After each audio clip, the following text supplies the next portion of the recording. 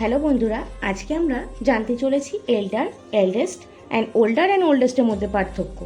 দেখতে গেলে তো এগুলো সবকটাই অ্যাডজেক্টিভ, কারণ এল্ডার, এল্ডেস্ট এগুলো ডিগ্রির মধ্যেও পড়ছে।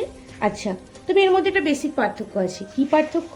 এই যে এল্ডার, এল্ডেস্ট এই দুটি ব্যবহার হয় একই পরিবারের লোকদের মধ্যে বোঝানোর জন্য। কী রকম একই পরিবার? যেমন সে আমার বড় ভাই, সে আমার থেকে বড়। যেমন আমি বলতে পারি Ram is my elder brother.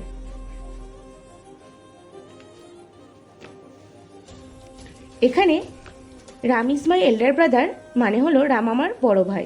তো এখানে আমার পরিবারের মধ্যে রাম অন্তর্ভুক্ত। বাট যখন আমি বলবো ওল্ডার বা ওল্ডেস্ট, তখন এটি ব্যবহার করা হবে ভিন্ন পরিবারের ব্যক্তিদের মধ্যে বোঝানোর জন্য। যেমন কিনা রাম ইজ ওল্ডার দ্যান রহিম। আমি একটা সেন্টেন্স লিখে দিচ্ছি, হয়তো সবার বুঝতে সুবিধা হবে। রাম ইজ ওল্ডার দ্যান রহিম। আশা করছি বেসিক পার্থক্যটা বোঝা গেল।